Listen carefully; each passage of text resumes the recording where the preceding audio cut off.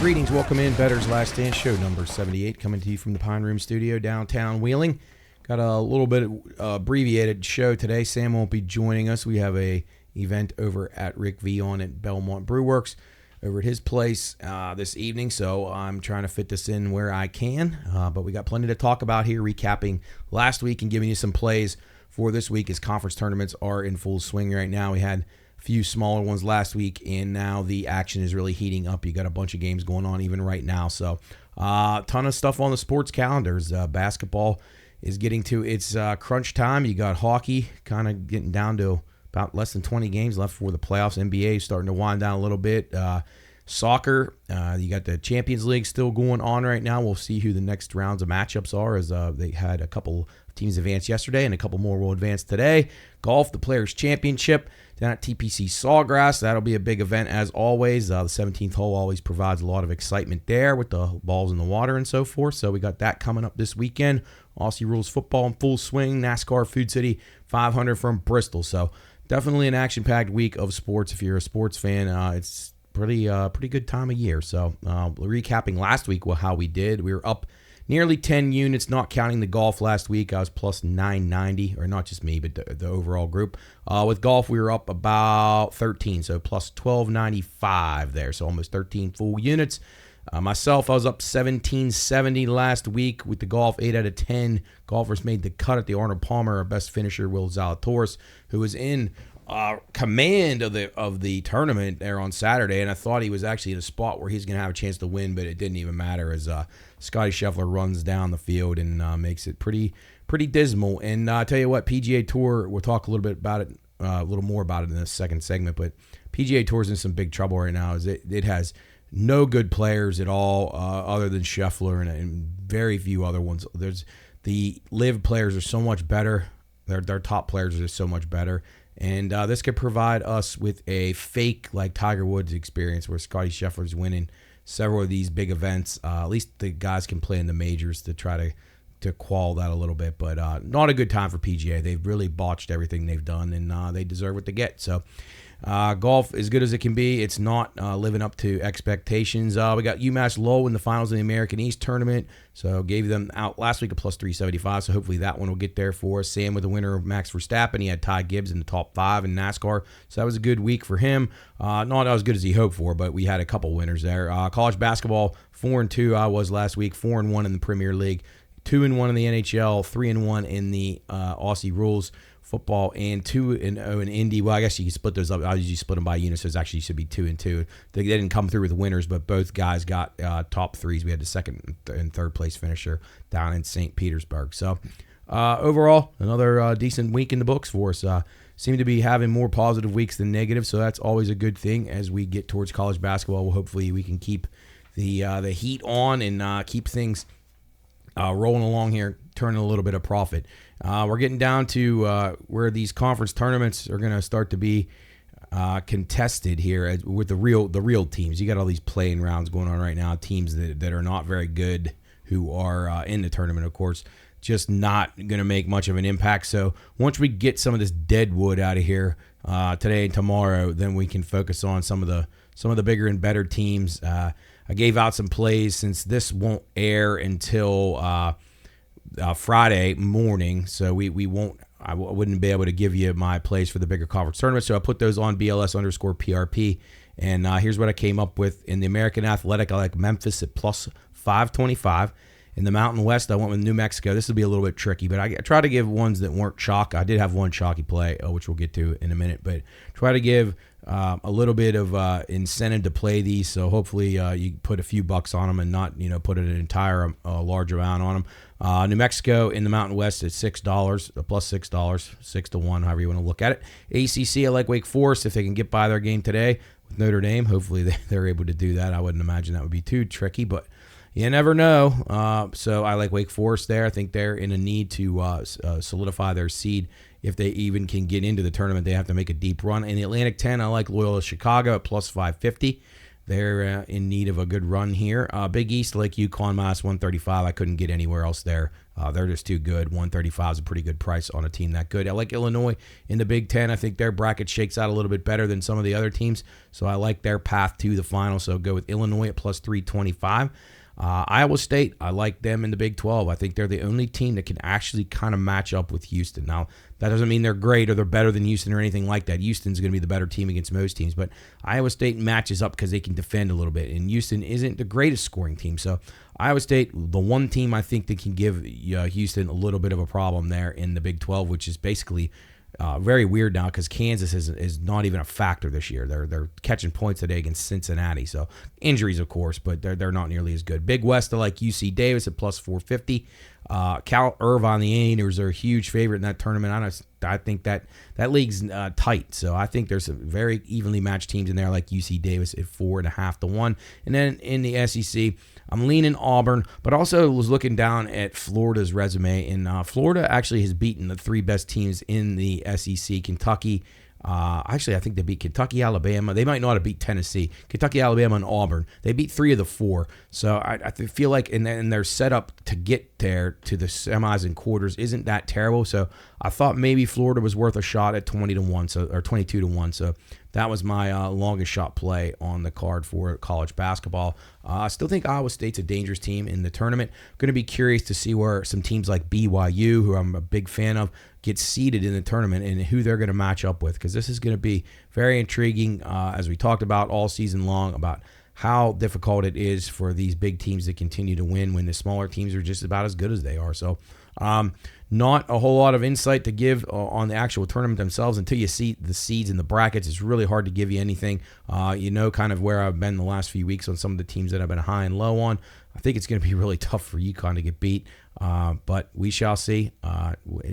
It has that tournament always delivers, and I'm sure it will deliver to some capacity. It doesn't mean we won't have a couple top seeds in the Final Four, but definitely going to be some upsets, going to be some people that are going to be stunned by some outcomes, but we'll get a little bit more into that tail end of next week when we have the brackets and we're facing the weekend to see what's going to happen before teams that are going to be making Sweet 16 runs. I'll post everything on BLS_PRP where I already have these up, but the golf plays up as well early, so if you want to check those out before the show on Friday each week, check them out on like Wednesday. Usually I put them up Wednesday evening or Thursday morning, so enjoy those picks, and hopefully, like I said, we've been doing all right lately. We've been keeping our head well above water, which is what we're trying to do, and capitalize on some value. It's easy to go out there and just make the picks of the very best teams and the very best leagues across the world each day, and then, but if you lose those, which you will lose them sometimes, you're going to be so far behind when you're laying $4, $5, $6, $7, $8. You're going to chase forever. So we don't ever want to do that approach. It's just not going to work. So we don't give you ones here. I rarely give anything out more than minus 150 or minus 175 maybe.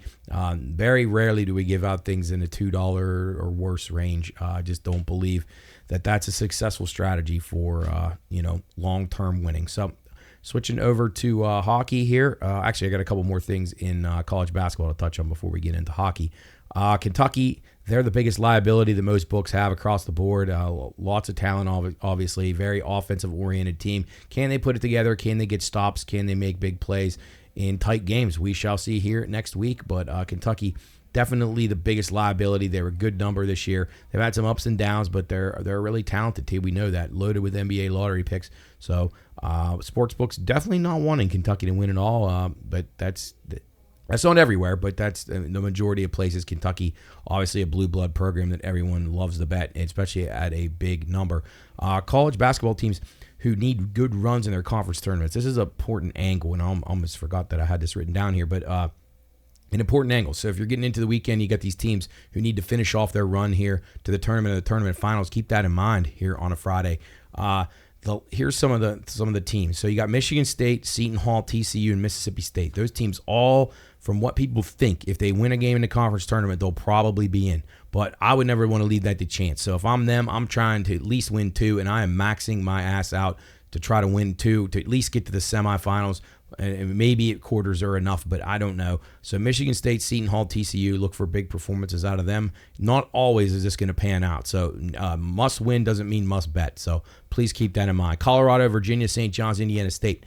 They seem to be the last four in from most metrics. Most people that prognosticate this, they have Colorado, Virginia, St. John's, and Indiana State. Indiana State's going to be a tough one. St. John's, I think if they can make it to the semis, I think they'll be in. Virginia, I think they got to get to the semis of a really bad ACC. And Colorado's a team that I've been on a lot of the year, but they've really faltered lately, so they're going to need a nice performance in the Pac-12 championship. First four out, these are teams that are probably going to need to make runs to, at the very least, the semifinals and beat somebody really good on the way. But probably the final. Texas A&M, New Mexico, who I've been high on all year, they've just completely fallen apart. I gave them out as a tournament play to win the Mountain West. I think that's built into this because they really need to make a run. So they got to get there. So hopefully he can get to the final at least, and he can hedge out for a positive price if necessary or if able. Wake Forest, another team I'm on, I think they also need to win. They got to win. They have no choice. They beat these good teams before. They beat Duke. They beat Virginia. They beat Clemson. So they can win, but can they put it together for 3 or 4 games? That's the question. Wake Forest, a need-win team. Well, Villanova, I'm not high on them. I just think they're just okay, and they're just okay at home. They're one of the first 4 out. I don't like them at all. I think they have no prayer beating Marquette, Creighton, or, of course, UConn. So be passing on them. And then the next 4 out for most people, Pitt, Iowa, Providence, Memphis. I like Memphis in this spot. I think they have the talent. They were dominating teams, and then they kind of hit a wall, had some issues, personnel issues. But if they could put it together, Memphis definitely talented enough to win the AAC. So I'll be going with them, of course. Pitt, I don't like at all. Iowa, I don't like at all. Providence, I don't mind Providence. I don't know they're a tournament team. I don't think they can beat any of the big 3 in the Big East. And if they did beat one of them, I don't think they could beat 2 of them to be in order to win that tournament. But I don't think Providence is awful. I could see them being like a 10 or 11 seed in the tournament. To me, Devin Carter's a really good player. I like watching him play. He plays really hard and can do a little bit of everything. So Providence, I would lean a little bit towards over Iowa or Pitt. And then Memphis, of course.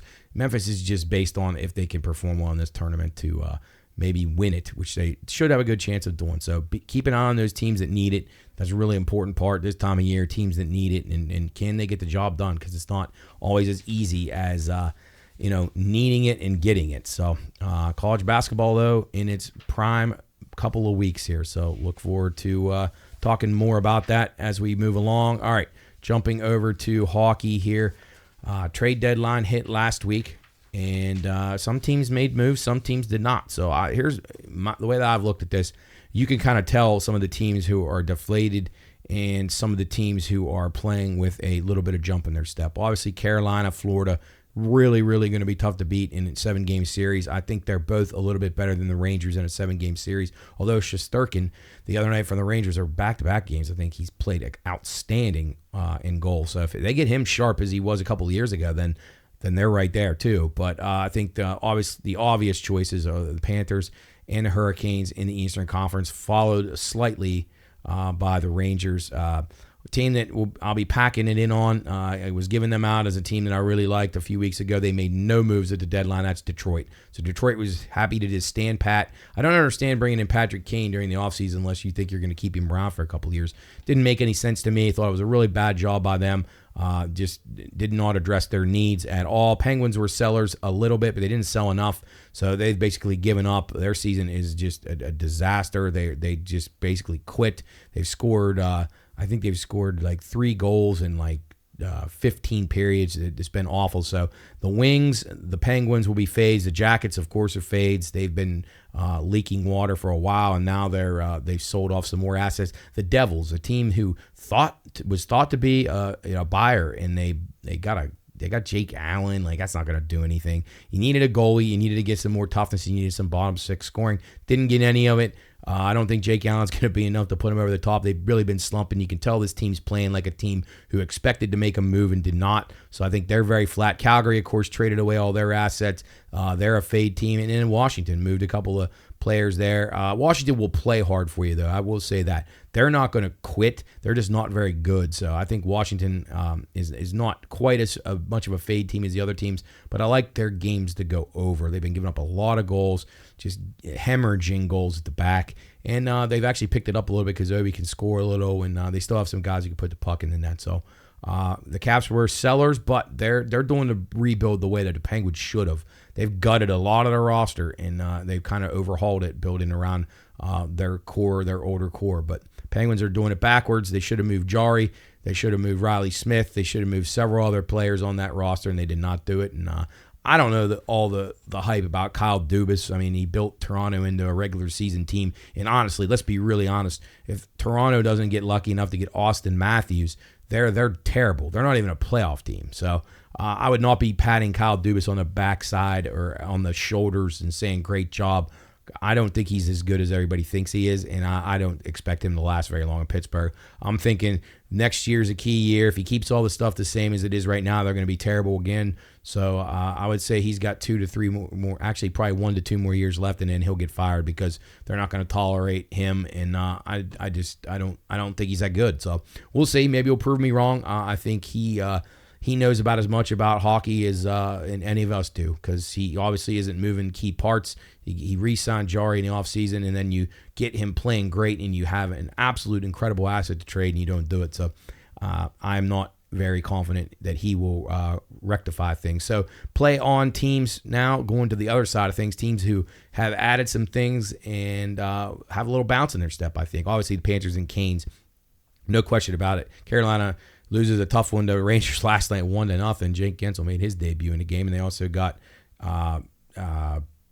Kuznetsov. The Islanders are a team I think that's playing really well. Patrick Waugh took them a while to get stabilized. They were really, really bad for a couple games. I thought he was going to be a terrible experiment with him, but he's righted the ship. They've won 6 of 7, and they're playing very, very good hockey right now. So Islanders will be a team that I'm backing. I think they get in the Metro Division. I think that they're going to probably chase down the Flyers. The other teams, Penguins, Devils, I mean, those teams are just, they don't really want to get into playoffs, I don't think. They're not getting the job done. Kings, they made a few moves, a couple change arounds, coaches change, nothing major though, not enough to make them, but they are playing better. So Kings, I think, are a good team. The Knights, I thought, very aggressive at the trade deadline. If they get some of those guys back that are out injured, the Knights are a sleeping giant out in the Western Conference. So I like them. Told you about them a couple of weeks ago. If they get those guys back, I still think they were at a very good price. The Wild have been playing very well of late, and the Predators, who were going to be sellers about 2 weeks before the trade deadline, and their team picked it up, and they rattled off several wins, and they decided to they basically stopped management from selling off their assets. So the Predators are a team to play on. Goals in the first 10 minutes of the game as a yes. So these are goals scored in the first 10 minutes. Ottawa 46-17, Tampa 44-21, Dallas 44-23, and then in the last 10, Ottawa 9-1, Dallas, Anaheim, Washington all 8-2. Goal, yes, in the first 10 minutes. As I said, Washington leaking goals at will right now, and they're also scoring some. Second and third period numbers. Second period overs. Toronto 52-12. That is astounding. Keep playing on these. Toronto 52-12 to the over in the second period. Ottawa 51-12 to the over in the second period. Dallas 52-15. In the last 10, Toronto, Dallas, Chicago, New Jersey, all 9-1. Second period overs in the last 10 games. Third period overs, Minnesota 49-13, Tampa 48-17, Montreal 47-18. Last 10, Tampa and Vegas both 9-1 third period overs in their last 10. Toronto, Edmonton, Nashville all 8-2 third period overs in their last 10. Crazy stuff there. Again, Islanders, I'm high on them. I tell you who else is playing pretty good, interestingly, is Buffalo. I think they have a lot to prove. They traded away their captain, Okposo. I think they're kind of pissed off about that. So keep an eye on Buffalo. I don't think they're a complete fade type team, even though they did move a few parts. And then, as I said, Minnesota, Nashville, Vegas out in the Western Conference, worth taking a peek at some increased inflated numbers that maybe people are overlooking these teams as we head into the big stretch run for the playoffs here. Soccer time. Let's go to the Premier League. We don't have Champions League next week. We'll have a week. I think maybe it'll be 2 weeks off, a week or two off before they redraw to see who's playing who in the next round of this. We'll be getting down to 8 teams. So Should be a fun few weeks of soccer action. Short card, though, for the EPL. You got some games moved around due to some cup matches. You had some teams playing in Europe this week, so busy schedule for these guys. There's a Saturday match. It's Burnley and Brentford. I like both teams to score in this match. This is at Turf Moor and Burnley, so both teams to score is where I'll be going in that one. Luton plays today and on Sunday, or on Saturday, which is, I've never even heard of a team only getting 1 day off in between. Well, actually, it's 2 days off. But that's a really short turnaround for them. So they could be a team. They're at home against Nottingham Forest on Saturday, which I would really like them. But they got a game today against Bournemouth, so that's tricky. I lean towards the over in that game, or possibly both teams to score, but that's not an official play. Fulham and Tottenham, Battle of London. This will be at Craven Cottage, and that is also on Saturday. I like both teams to score in this one. These London derbies have been pretty exciting across the West London and North London. It's been very, very competitive on all the teams, whether it's Aston Villa, West Ham, whether it's Spurs or Fulham or Chelsea or Arsenal. Everybody, Brentford has been given a great effort. Borussia Dortmund scores to go 1-0 up on PSV. That was 1-1 on aggregate. Now 2-1 Dortmund. Got the other match going on. Atletico Trails, Inter Milan 1-0 and an aggregate 0-0 today. And then a game on Sunday in the EPL as well. Aston Villa hasn't scored in the last 2 matches. It's been a really rough go of it. They got a major battle here in London against West Ham. I think that Aston Villa will play just good enough to probably draw in this game. So I'm going with the draw. Don't love the way West Ham, they've shown a little bit of signs of coming out of their funk. So we'll go, West Ham and Aston Villa for the draw on Sunday, and then both teams to score in Burnley, Brentford on Saturday, along with both teams to score Fulham and Tottenham. Lean towards both teams to score or the over in Luton Town and Nottingham Forest out at Kenilworth Road. All right, that's going to do it for the first segment here at Bettor's Last Stand as the soccer plays are in. We're going to take a quick break. We're going to come back. We're going to hit on some golf, some Aussie rules football, and a little bit of racing. It's the 78th edition of our Bettor's Last Stand show. So excited to be here, and we will come back here in just a moment. Don't go anywhere.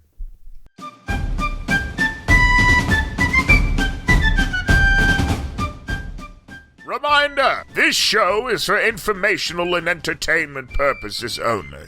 All wagering activities should only be conducted by those 21 years of age or older and within the confines of federal, state, and local law. If you or someone you know has a gambling problem, contact 1-800-GAMBLER. That's 1-800-426-2537. All right, men, load the cannons and hold the line. You're listening to Bettor's Last Stand.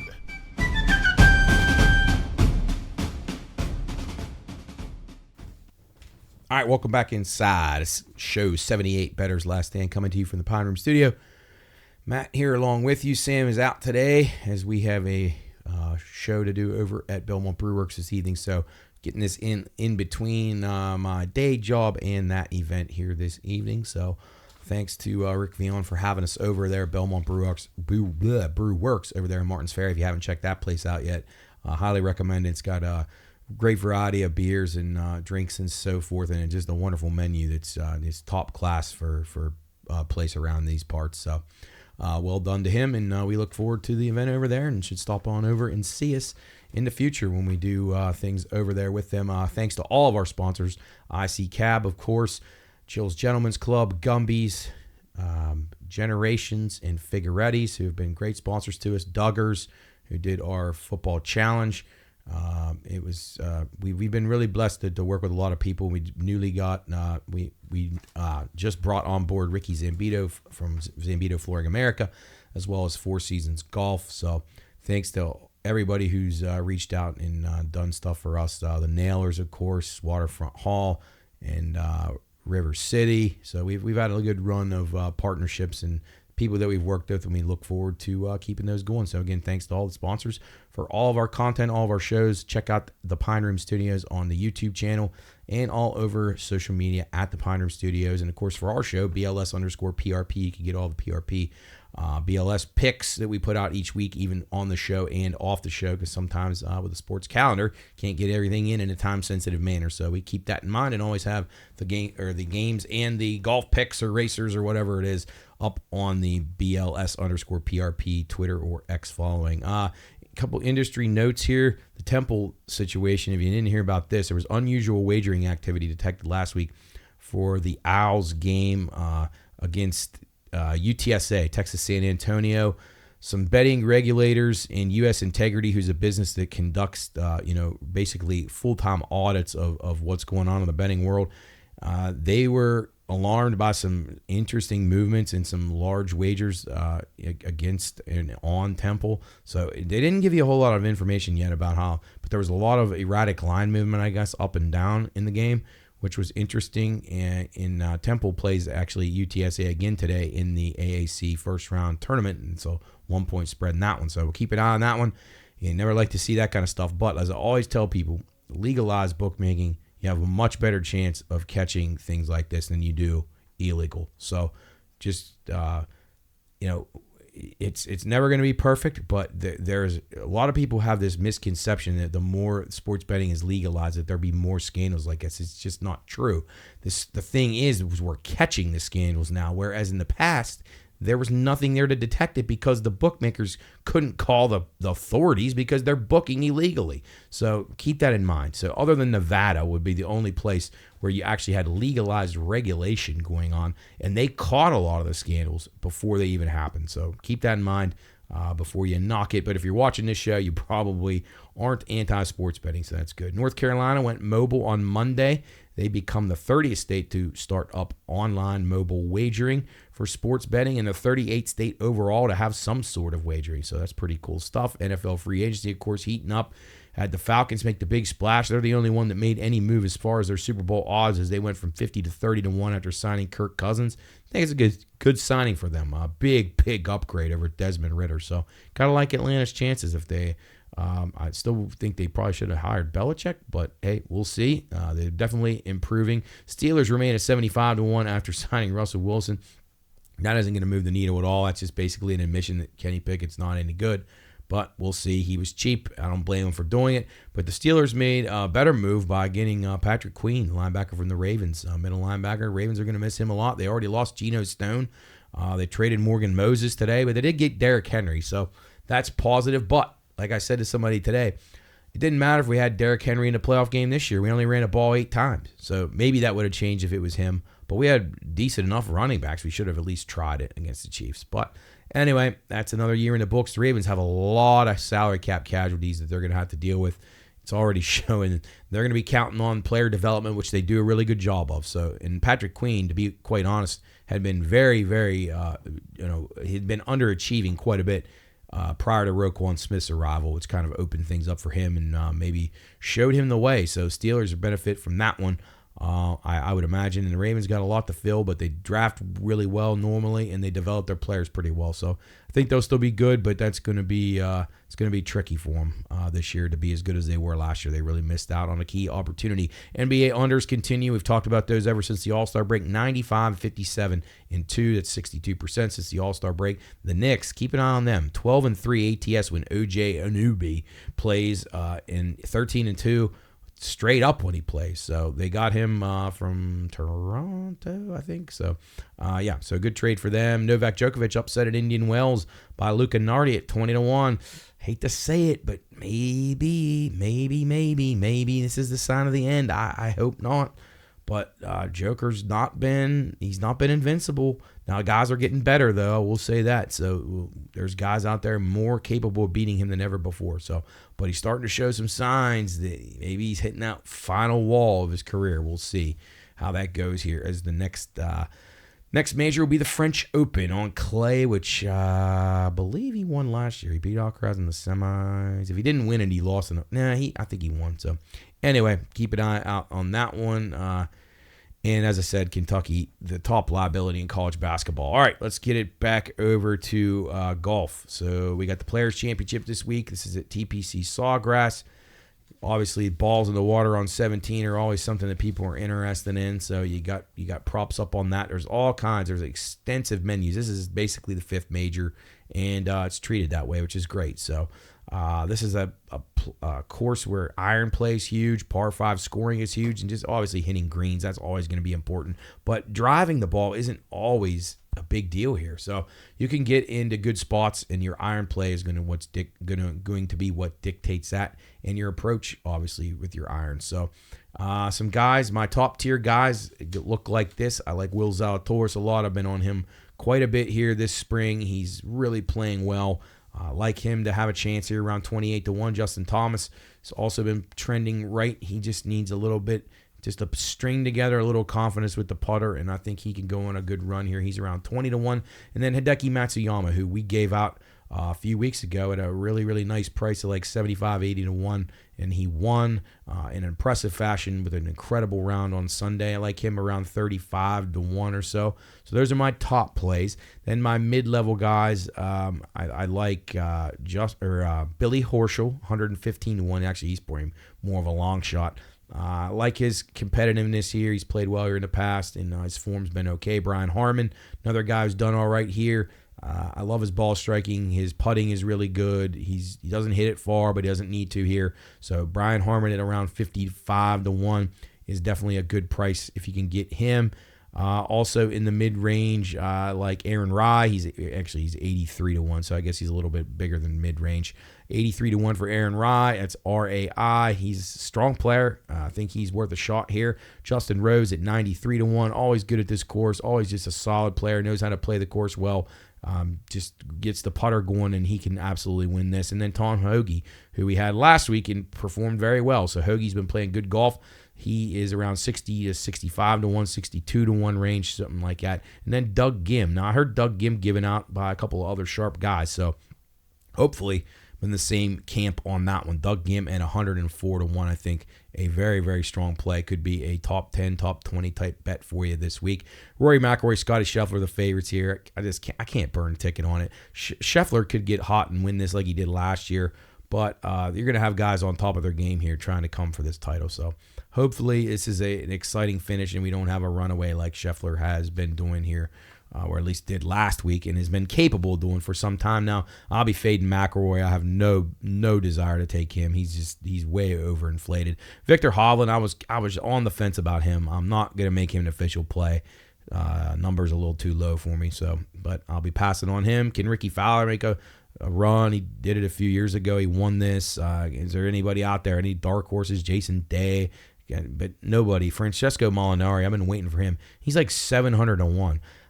And this guy should have won the Masters, and he won. I believe he won the Open Championship, but he changed equipment and then he had to move his family, and so he's really had some weird stuff happen to him in recent years, and his game is just gone.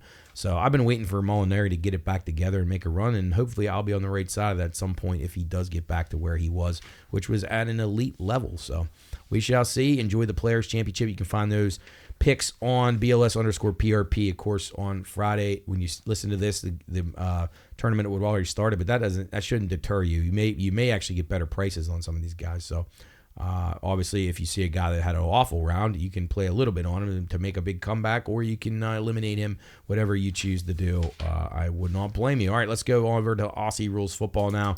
The first round begins this week. That was the opening round, they call it. Not all the teams play, but it's almost like an introductory round. They do have bye weeks in this stuff too, so that kind of plays in. So not everybody actually plays. So they call this week opening, or last week the opening week. This is the round one schedule. So we'll get back rolling with it right here. It's a couple of plays that I'll have had out Wednesday and Thursday.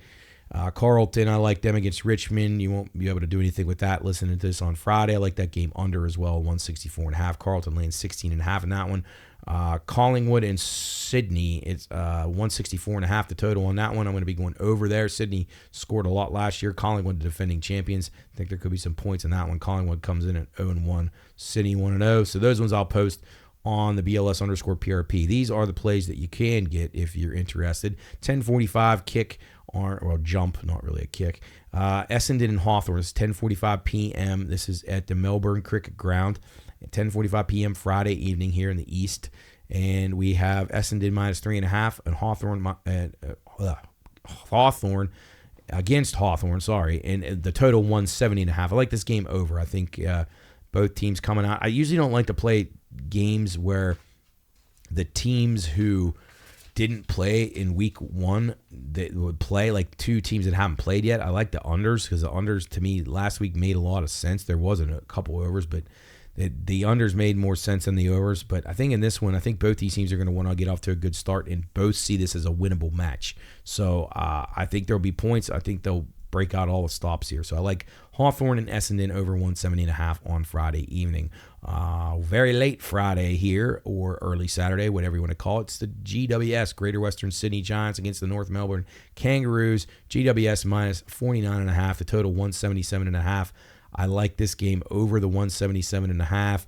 GWS lost Callum Moore last week to an AC joint injury, so I'm not sure that they're I don't know if they can cover this number. I think North Melbourne might hang in this game a little bit. They're going to score a little bit. GWS knows they're going to win. They're just going to have to go through the motions enough to just win the game. So I don't like them to cover the 50-point spread, but I think they'll score 130 just for fun, and I think North Melbourne will score 70 or so. So I think this is a 200-point type game here. GWS in North Melbourne on early Saturday morning or late Friday, however you want to look at it. It's a 1:35 a.m. Eastern time bounce. Geelong Cats. My Cats against St. Kilda. The Saints here. This is at the Gabba. St. Kilda banged up badly in the preseason. They got a lot of guys hurt. I was on Geelong last week. You heard me give them out as one of my win totals. So we're hoping to get off to a good start there. This is one they need. They're laying 12.5 against St. Kilda. Total 159.5. I'll be on Geelong minus 12.5. Lean to the under just a tad. Don't love it, but I'm leaning to the under there. It's not going to be an official play, but lean to the under in that one. I think Geelong's defense is pretty strong, and St. Kilda has struggled to score for the last couple of years. That is a 4:30 a.m. Saturday morning kick at the Gabba. Gold Coast in Adelaide. It's at Heritage Bank Stadium. It's a 5:10 a.m. Saturday kick. I don't really have any thoughts on this game. I lean Gold Coast for the game, but I'll have a future on Adelaide, so I would like it if the Crows could somehow pull this off. But I think it's too tough to call here. Maybe take the Crows plus the 7.5 and Gold Coast on the money line, but again, nothing official there. And then we move on to our Saturday card here. These are going to be Saturday, 10 o'clock p.m. Eastern time. We have the Melbourne Demons and the Western Bulldogs here. Now, this one is a interesting matchup. The Demons have won the last three at home against the Doggies, so I think that bodes well for them. They lost last week in a tight match, so I'm going to be going with Melbourne minus the 7.5 this week. Total's 167.5. I'm going to be passing on the total. Then you got a 1 a.m. Saturday, which is 1 a.m. Sunday, really. Saturday night, Sunday morning. Port Adelaide, the Power in action against West Coast. Port Adelaide minus 48.5. The total 178.5. West Coast was 1-11 on the road last year. Port Adelaide is a really tough place to play. They're really, really good at the Adelaide Oval. I think they absolutely murder West Coast, who will be the worst team in the league. And I like the game under 178.5. I don't expect West Coast to break 60 in this matchup. So look for Port to roll in this one, covering the 48.5 and being under 178.5. And then the finale of the weekend, 3:50 a.m. bounce on Sunday morning. It'll be the Brisbane Lions and the Fremantle Dockers. Brisbane minus 12.5 on the road against Fremantle. Brisbane 0-1. They lost a tight one last week. We had the other side in that one, so that was a good one for us. Brisbane has won 5 of the last 6 in this series, and I don't see any reason why here. They're really good. They're so offensively talented.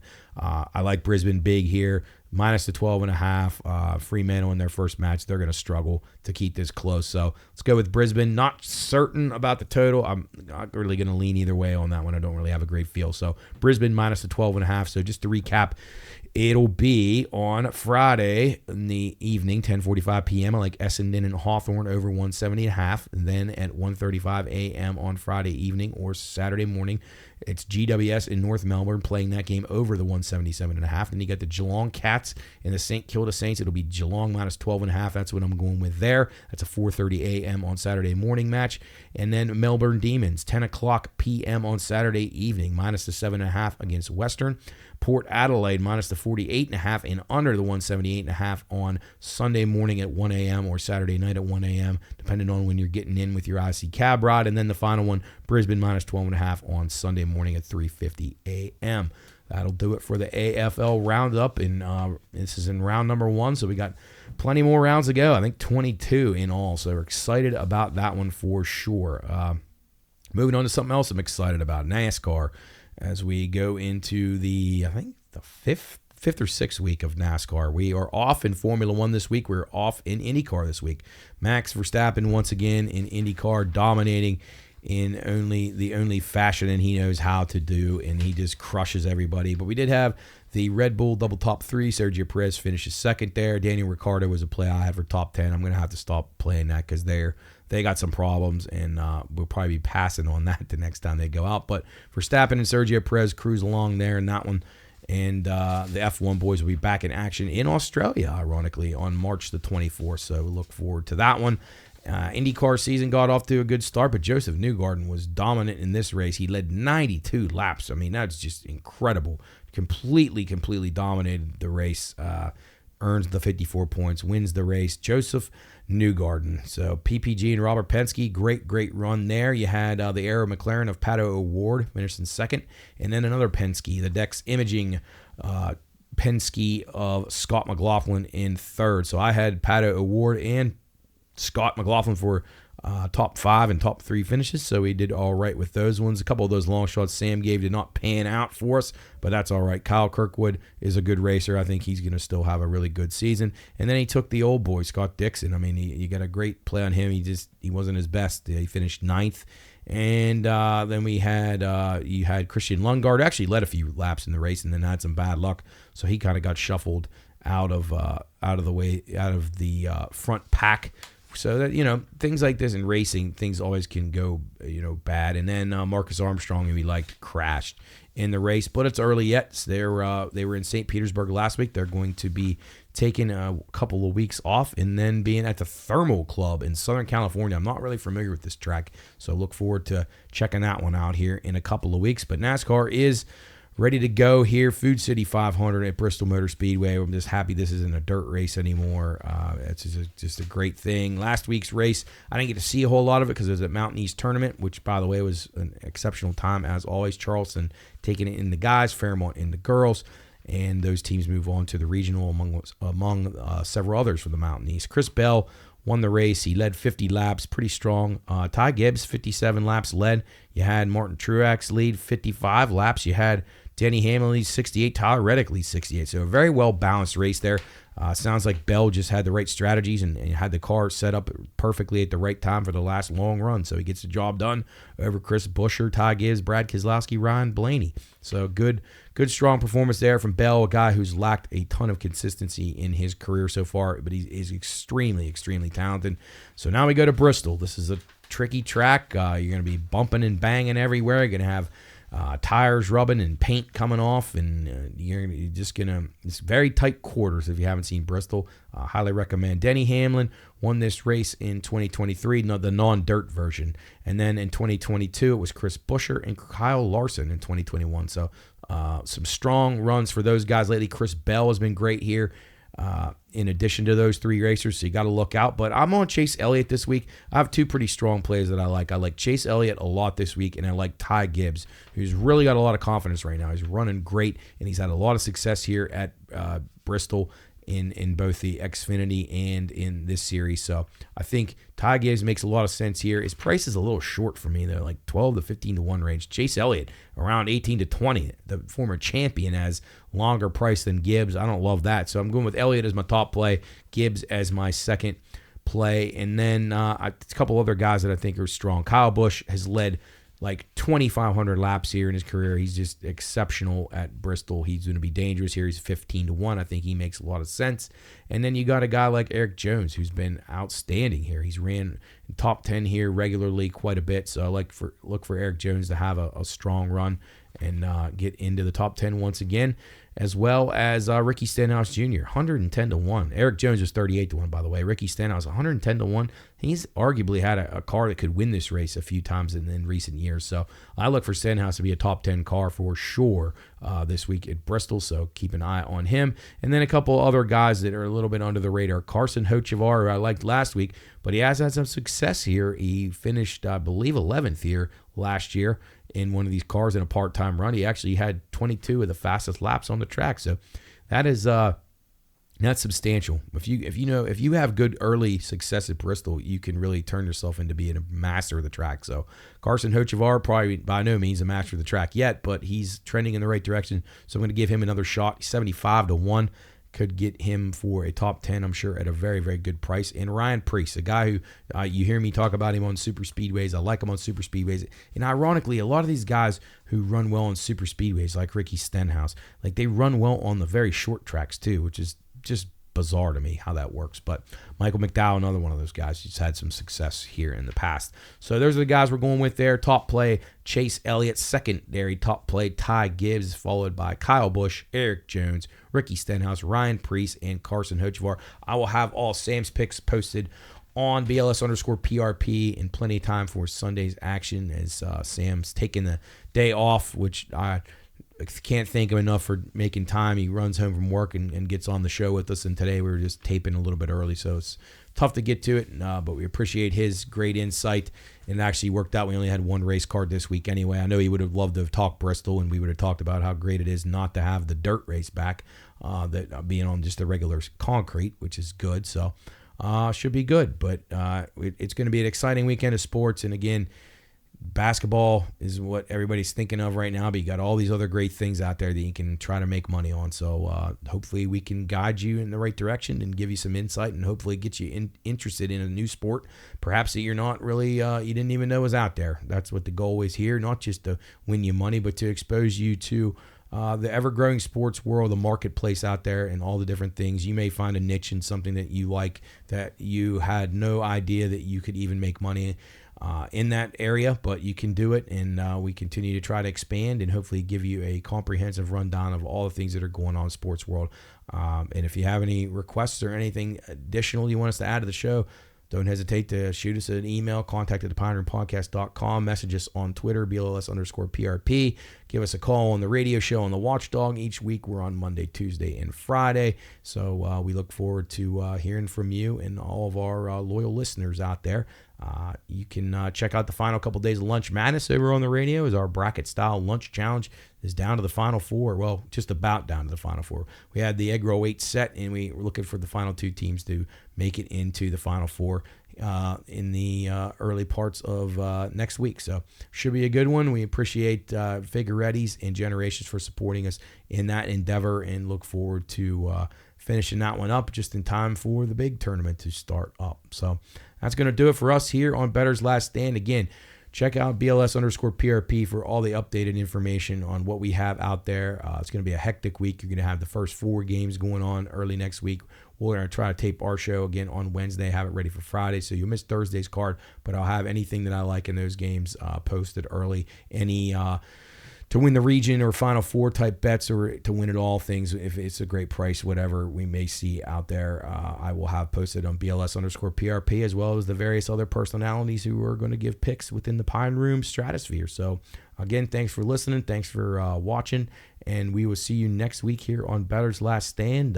Spring weather is upon us. Baseball's right around the corner. I didn't even mention baseball in this show, but we're getting down to that point where we're going to be talking a lot about that when I give out the official win totals and things like that. Gave out a few of them a couple of weeks ago. Diamondbacks, Cardinals, and then there was one under. I think it was the Mets. So anyway, look forward to baseball getting here in the coming weeks. Garrett Cole could be Tommy John surgery for him, so a big loss for the Yankees as we head towards opening day here in a couple of weeks. So that'll do it for us. Have a great weekend. Again, thanks to all of our sponsors for everything they've done for us. I'll run them down one more time for you. IC Cab, Figueretti's, Generations, Jill's Gentlemen's Club, Gumby's, Zambito Flooring America. Four Seasons Golf. I was watching a soccer play. I almost had a goal there. Four Seasons Golf, simulated golf and bar up at the Highlands. A super cool place. And then some of our longtime ones, Duggars, River City. We appreciate everything everybody's done for us, our watchdog team, and it's been a good run. So keep it rolling here, and we will see you next week on Bettor's Last Stand. Have a great weekend. Best of luck in all your wagering.